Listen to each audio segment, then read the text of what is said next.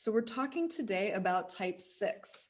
And type 6 is described as the loyalist, the skeptic, or the doubter. I describe this as the African gazelle of the Enneagram. So this is somebody who's on alert for where's the lion. This is someone whose attention is scanning for danger, for threats to security, for areas that could become problematic. So this is someone who's really gifted at being able to see what could go wrong.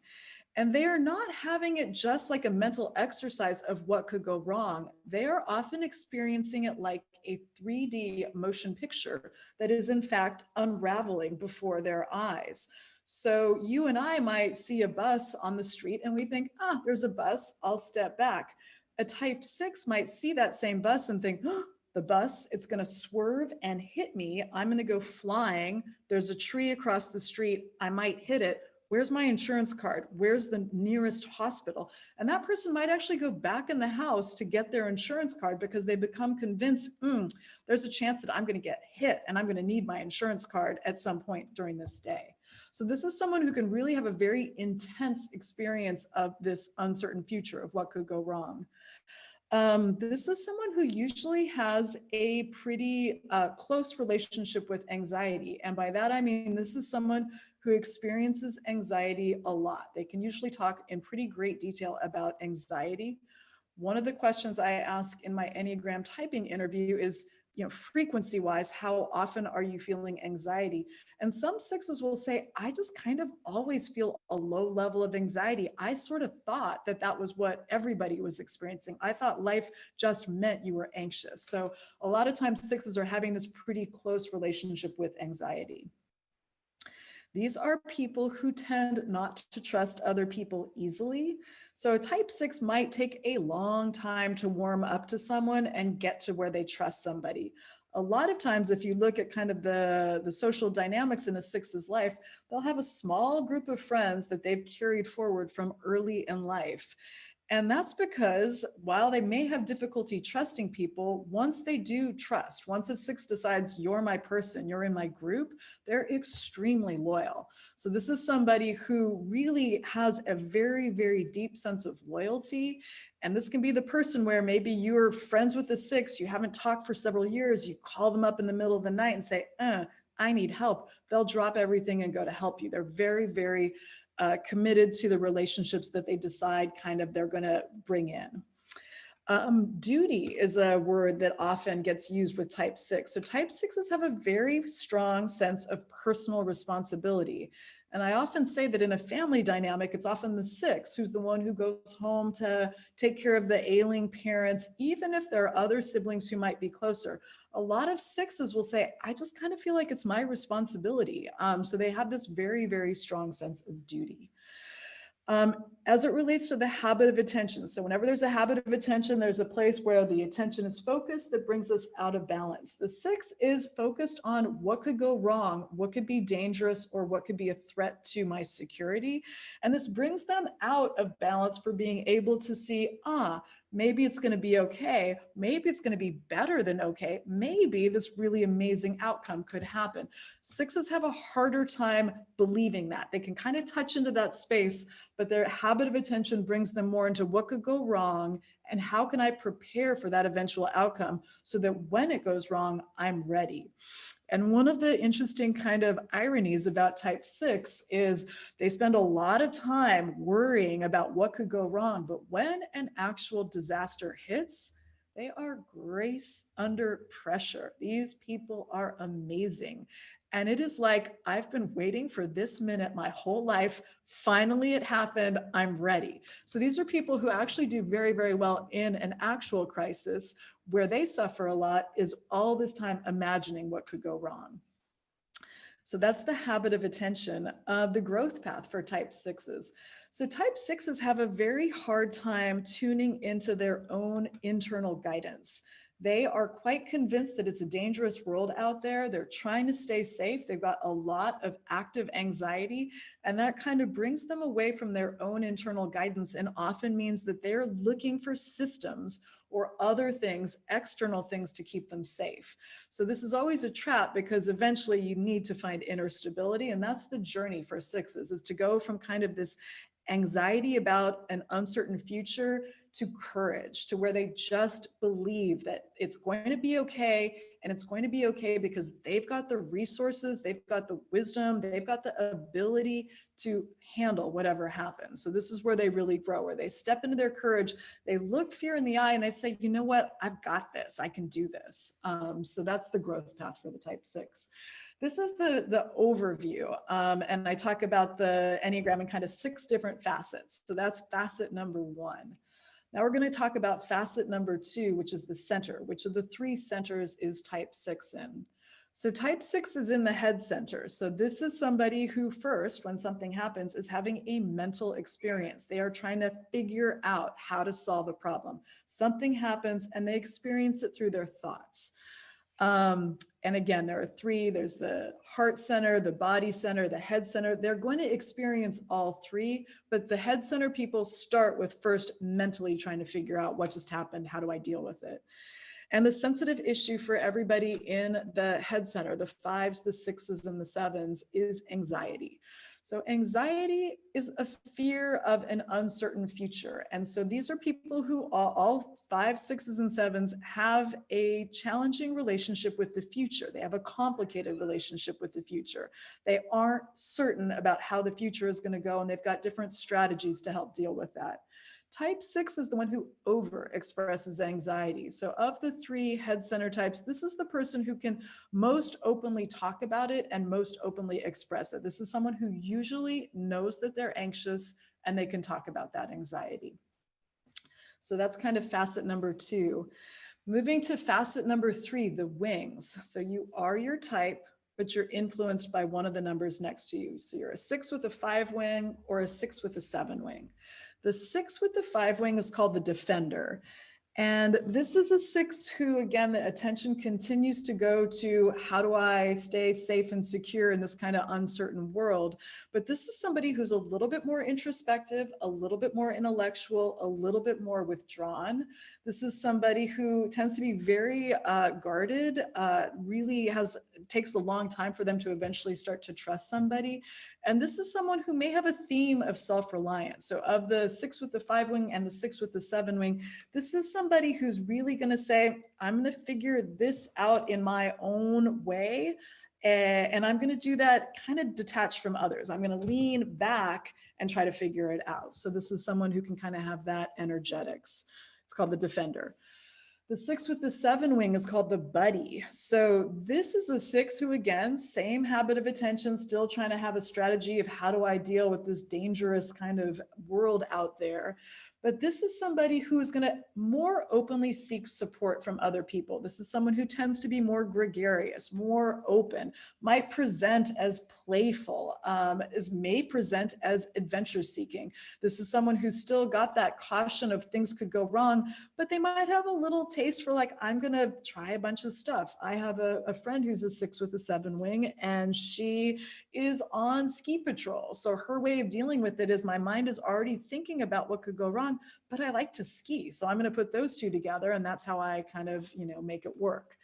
So that's the 6 with the 7 wing, and it's called the buddy. So those are the wings. Then we move to subtype. As I talk about, subtype is always important, but in some of the primary types, it makes a bigger difference. And in type 6, it makes a very big difference. So you can have 3 6s sitting right next to each other, and it would be hard to understand that they're all 6s because the subtype really does adjust and modify the behavior.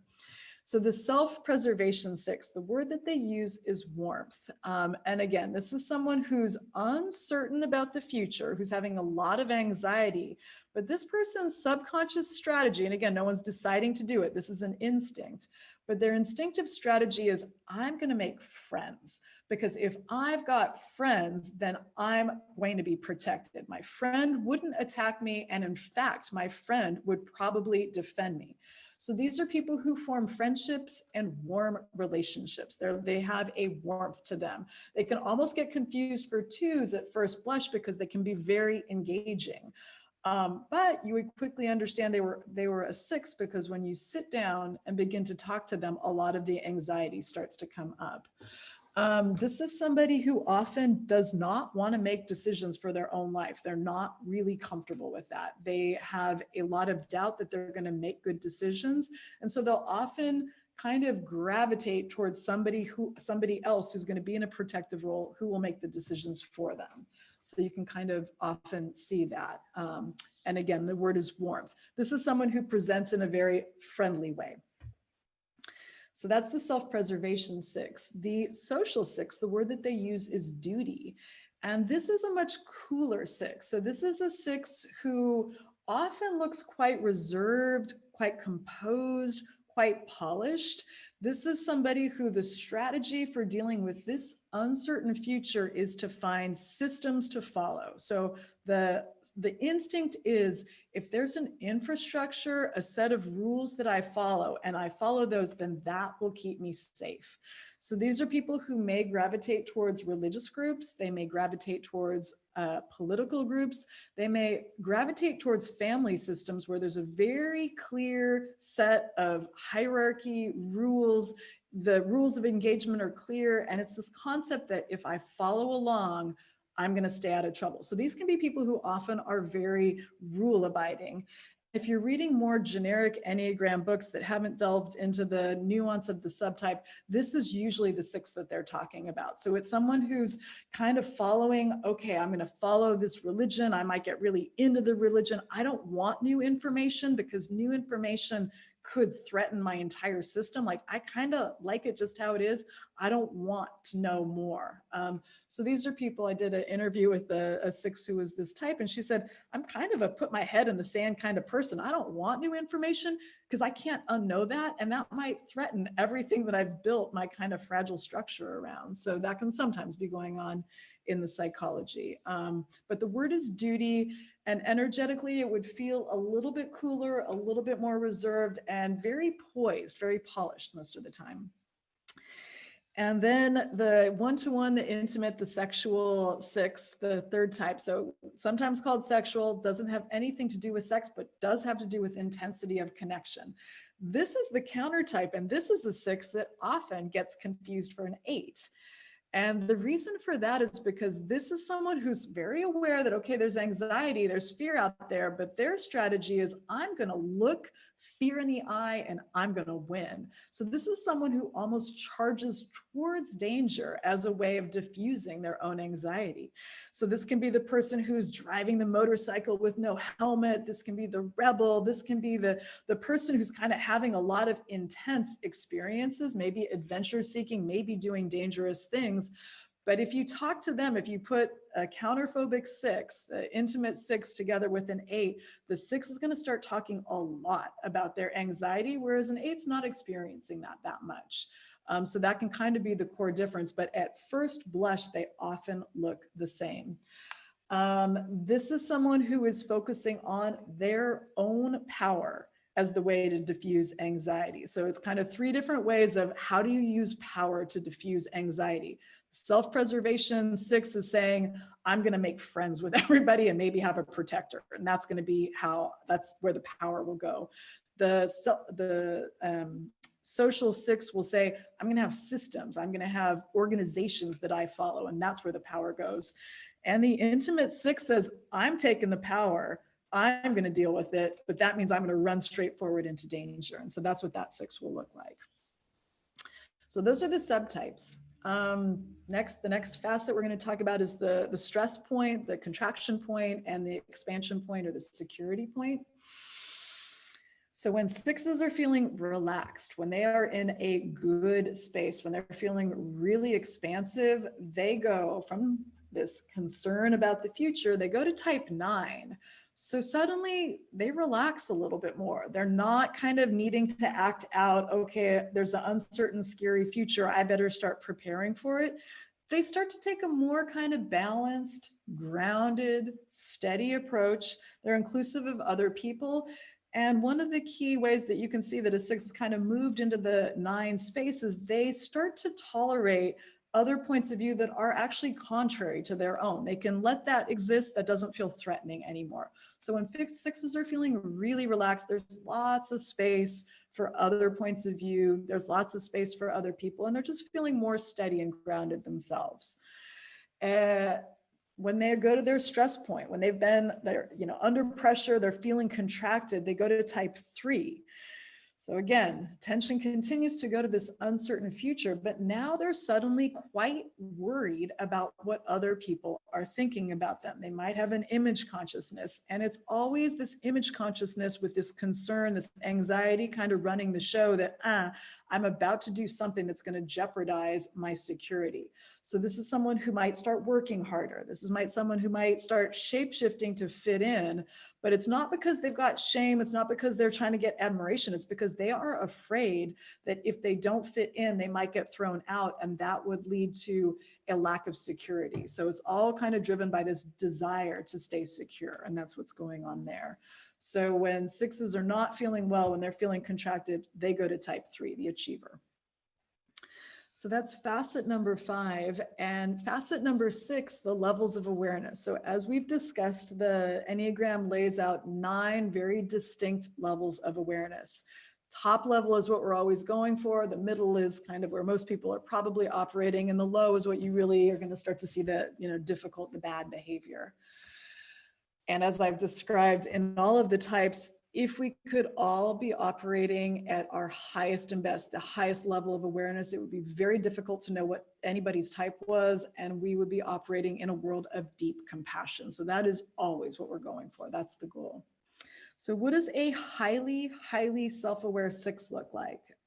This is somebody who fundamentally, they trust their inner guidance. They've gotten to a place where that uncertain future continues to be uncertain, but doesn't feel so threatening, because they feel like, I trust that I'm going to be okay. I'm going to figure out whatever I need to do to function. It's going to be all right. This is somebody who can balance interdependence with dependence. So they're not leaning in too much. They're not leaning away too much. They've kind of balanced it. This is someone who can have very strong leadership ability. So 6s can be very, very good leaders. They tend to be egalitarian. They don't need to be at the top. They don't need lots of credit. They're fair, they're honest. They can be courageous. They can be very supportive of others, and they can be really dedicated to the people and the groups that they've decided to bring in. So that's what a very highly self-aware 6 would look like. The middle. So kind of in the average levels of awareness, this is someone who's pretty vigilant. They are kind of scanning for what could go wrong. They're anticipating problems, and not as a mental exercise. It's something they're pretty sure is going to happen. So they're anticipating problems and preparing for that as the eventual or possible outcome. This is someone who might be passive aggressive. So 6s don't, again, they're very conscious of security. So they might not go directly and start a fight, but they might have things that they don't like. And so their way of dealing with that could become passive aggressive.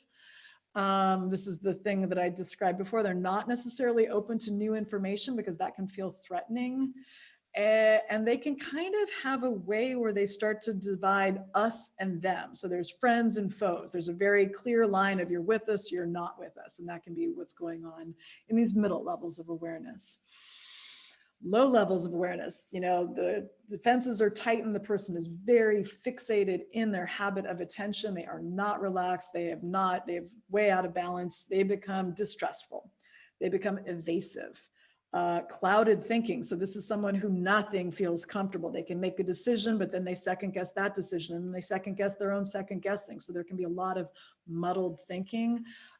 They can have difficulty with projection. So 6s sometimes have a hard time distinguishing something that they believe is happening from something that is actually happening. So there can be a confusion about, is that a real threat or is that an imaginary threat that feels so real to me that I believe it to be real? So this, especially in the lower levels, can start to be an issue. This is someone who can be really self-critical. Sometimes they'll have that projection and then they'll realize, I projected, and then they feel really bad about that. They can have feelings of inferiority. They can be hyper anxious. and they can even become self-destructive. So there's just a lot of kind of chaotic thinking and a lot of like nothing really feels comfortable. So this is what can be happening at the lower levels. And again, just to kind of circle back, what we're going for are those higher levels where this is someone who's trusting their inner guidance, who's a courageous leader, who's including everybody, who's not afraid of new information. That's the goal. That's what we're going for.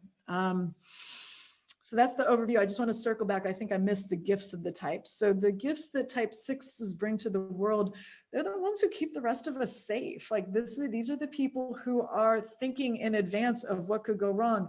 They make sure we've got the fire extinguishers in place. They're the ones who are saying lock down immediately, you know, like they can see how this is going to go. These are the people who really are scanning for danger and can use that ability, that gift, as a way to keep the rest of us safe. So this is one of the things that they bring to the world. You have 6s in their life, they're also very, very loyal friends. And if you have 6s in your family, they've got a really strong sense of duty. So these are wonderful, wonderful people to have around when they're operating at their higher levels.